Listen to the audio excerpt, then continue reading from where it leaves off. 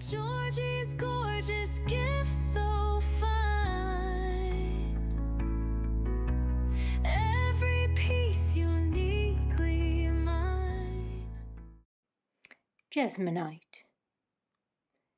Let's Resin's Magic Pour, Diction's Resincrete, and a Temu Special Eco Resin Casting Powder. Which one's better? Are they all the same? Do they all hold up to colour? Let's find out. So we are going to be using a jesmonite pigment in green and the resincrete pigments. We're also going to be using some acrylic paint and some inks. So first of all, I'm going to start off with the jesmonite. Now I will discuss a little bit about the jesmonite and each product as we go through them. So this one is a 2-part powder and acrylic liquid medium, unlike the rest of them where it's just add water. So I'm just mixing this up at a ratio of 2.5 parts powder to 1 part liquid. So if you were to use 250 grams of powder, you would use 100 grams of liquid. So this is by weight. But there is a little bit of give with all of them with either side. Now this one sets in about 40 minutes, as do most of the products that I'm using today. So it wasn't quite thin enough, so I'm just adding a little bit more of the acrylic liquid and just giving it a good mix. So I'm dropping the jesmonite pigments. Now these are pigments specifically for jesmonite. I think I had these from Etsy. They were a bit expensive, but you can see 1 drop and it is so pigmented. So I just wanted it to be a little bit marbled. So I'm just dropping that into the mould from quite a height to try and knock the bubbles out. Then we're going to give it a little bit of a jiggle. Now links for everything I'm using are in the description, and there are discount codes for most of the products used today as well. Next up we've got Diction's Resincrete. Now I am quite a lover of this one, but Aquacast, to be fair, is my favourite eco pour medium at the minute. But I hadn't quite found Aquacast at this point when I made this video. So I'm mixing the Resincrete up at a ratio of 10 parts powder to 3 parts water.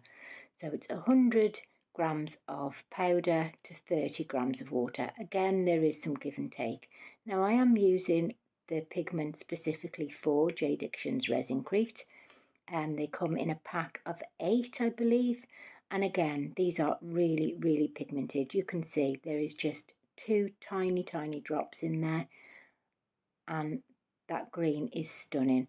It's not quite as pigmented as the jesmonite pigment, but you can see it's really nice. It's like that soft minty green. This powder is a bit whiter than the jesmonite AC100, and that's probably why the colour is a little bit lighter. So again, I'm just pouring it into the mould at a height to try and knock the bubbles out, giving it a bit of a wibble wobble, bit of a shake. A tip for when you're using eco pour mediums, and I started doing it after this video, is when you're working with them, pop your mould onto a board or something that can be moved. So you're not actually moving the mould, you're moving and jiggling the board.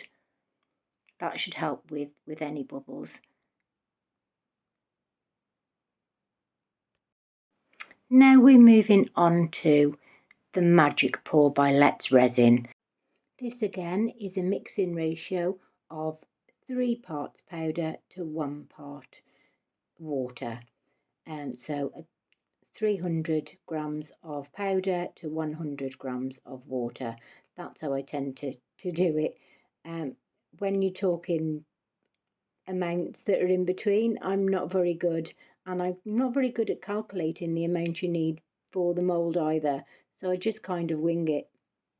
But I am measuring this one accurately like I have done with the rest of them, and then I felt if they've needed a little bit more or less, then we've stuck with that. So the consistency is about the same for all 4 eco mediums. Now this particular tub come as a beginner set. I wanted to buy the beginner set to show you in an unboxing video what you get. So you got this pack of acrylic paints. So that's what I'm using. So in this I am using colorants that are specific to each of the eco pours. The only problem with this that I had, and I'm not too sure whether it was user error or whether the acrylic paint just doesn't work very well. Because they're in such small tubes, there's no way of shaking them or mixing them. So when I squirted a little bit into the cup, it didn't really mix very well and it seemed quite watery. Now, whether, again, that was because it was just the top of the tube, I don't know, but it didn't really take as well considering it was in the pack and supposed to be used with this powder. You'll see what I mean in a minute. So again, I'm just mixing it up, making sure that there's no lumps, just adding the bits of water. So I like to add my water to the powder bit by bit, mixing it up to make sure that there's no lumps. So this is where I put the paint into the magic pour. Now you can see it's a fair bit. Maybe I should have put a lot more in, but it's not quite give me much of a pigmented colour. It did go like a minty green, but it went very bitty is the only word that I can describe it. You can't quite see it here, but it's got like little tiny bits of paint in it. So this is the Temu special. Now I have seen ones on Temu that can be quite deceptive, some with exactly the same packet as Diction's resincrete, but it's just spelt differently. But this is a mixing ratio of, again, 3 to 1. So 3 parts powder to 1 part water. So I'm just mixing this up like I did with all the rest. And I'm using a touch of the resincrete pigment for this one. So you can see it's just 2 drops and I give it a good mix. Now we already know that the colourant is pigmented, and this seemed to hold up the same as the rest of them. The only difference was it was slightly thinner than the rest, and you can see it here that there's a lot thinner consistency to it. And this is the one I sort of had the problem with while it was curing. So I'm just giving it a bit of a shake and a bit of a shimmy, and you can see the differences in the colours already. Now by the time I'd finished pouring the 4th one, the first one and the second one had already started to cure really well. There was still some time on the bottom too, but they were the last 2 to be done. So I wrote which was which so that I didn't forget, because I thought if I was to move the mould and turn it round, you could guarantee that I'd forget. So here I am just writing little labels so we know which one is which, and then I left it to cure overnight.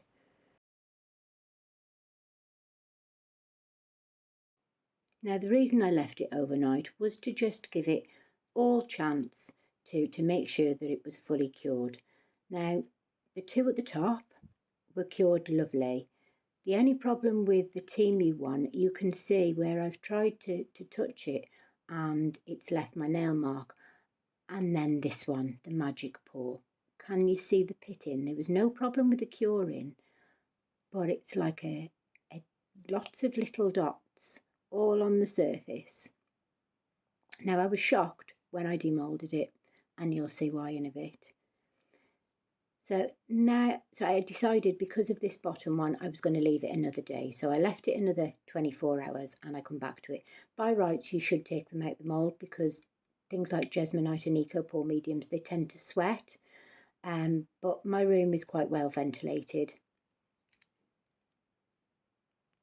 So I wasn't prepared to stop here. I wanted to see how these four held up with resin on the top, and whether the resin would sit on top, whether it would adhere to it, or whether it would seep into it. Now I already know that resin tends to soak in to the magic pour and sticks really well. With the jesmonite, it seems to sit on top, although it does adhere to each other. I didn't know about the temu one. Yeah, so I decided to put some inlays in to the top, some homemade inlays, and pour some resin over the top to see how they all held up with that. So I've mixed up my resin. The resin I'm using is the craft resin 1:1 ratio. So I'm just going to pour just up to nearly the top of the mould with my resin, and do that in all four coasters. As you can see in the temu and the diction one, pouring the resin on top has actually made the colour deeper. And now I've poured resin onto the magic pour, you can see it's even more mottled. I was completely baffled because this is the first time that I'd used acrylic paint in eco pour mediums. But yeah, it wasn't nice at all, the top of it. So these are some homemade inlays that I've made. So I'm just going to pour them on top. I just put them on top of the resin. So these inlays were slightly too big, so I was worried that they weren't going to actually touch the resin and create a pattern. So they didn't exactly come out how I wanted them to, but I wasn't prepared to cut these down to make them fit, as this was just an experiment, and these fit my other coasters lovely. So I'm just trying to get these to fit as best as they can. So I'm just lifting this one up just to make sure that it's the same all the way around. Yeah, but I should have used ones really that fit. A little tip when you're using inlays in resin, you should really cover the front of the inlay with whatever resin you're using at the time. This then prevents bubbles. But yeah, I just tried to get as much contact as I could, and then I used a holographic inlay for this bottom one, and then a smaller homemade one for the Let's Resin. So this is now cured, so I'm just going to pull off the inlays. I really like the pattern left on the one, but there were a few bubbles because of the contact that wasn't quite as firm. The same goes with this one. I do actually use some pens and some bits to make these inlays stand out. Can't really see it on camera. So this is what I decided to do. So I pulled off the bottom two. Unfortunately, that bit didn't film because my camera ran out of battery.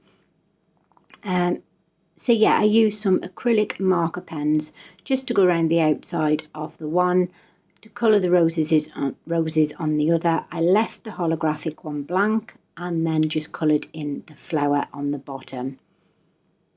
Now let's take them out the mould and see how they held up with the resin. So we'll start off with this one, which was the jesmonite AC 100. And you can see there's some beautiful marbling on the bottom. The resin adds stuck to it lovely, and that sparkle on the inlay is absolutely gorgeous. There are a few rough edges, but yeah, it seems to have not seeped into the resin, but like I expected it to, sat on top. This is the diction resincrete, and the finish on this was absolutely gorgeous. There was no seepage of the resin on the bottom, and it had held its colour really, really well and took the inlay. So yeah, again, this one really good. I've got a few little bubbles in there, and again, these are just acrylic marker pens, and it seems to have stuck well. Right, then we've got this one, which is the magic pour from Let's Resin. Now this is what surprised me. Look how white and clear the bottom of that is. All the pigment had stuck to the top. So I really don't understand what happened there, because look how perfect the bottom of it is, and white, it really is white, but you can see the difference between the two, whereas with this one you can see there's been some seepage of the resin down around the edges, and that's what I mean by it sort of seeps into the resin rather than sits on top. This is the Temu one. Now we did have a little bit of leakage on this one, even though the seals weren't broke. And this is the one that took days to cure. But yeah, I mean, it seems to have stuck, and the resin has gone all the way down round the edges on all of it, unlike the rest of them. The texture on the bottom is pretty much the same as the rest of them, but it did take them extra couple of days to cure. I don't know whether the camera is going to pick it up well, but there is a holographic inlay on the top of that, and it took the resin well, but probably not the best. And because of the time it took to cure, generally we use EcoPore mediums for speed, as well as the look and the effect of it. So we're going to rate them in order. In my opinion, I'd say they rank in order of number 4, the Temu one, number 3, the Let's Resin Magic Pour, only because of the way the colour took. Then we're going to go for the AC 100, and then I'd say my favourite is the Diction Resincrete. So I'll leave you with some glamour shots, and if you look closely you can see around the edges the difference in how they sort of bond to each other. And just a note, when working with EcoPore mediums, resin will stick to EcoPore, but EcoPore will not stick to resin the other way around. It may do temporarily, but it will always come apart, so just be aware of that. If you've enjoyed this video, just drop me a thumbs up. I've been Tony from Georgie's Gorgeous Gifts. Stay safe and happy crafting. Bye for now. See you on the next one.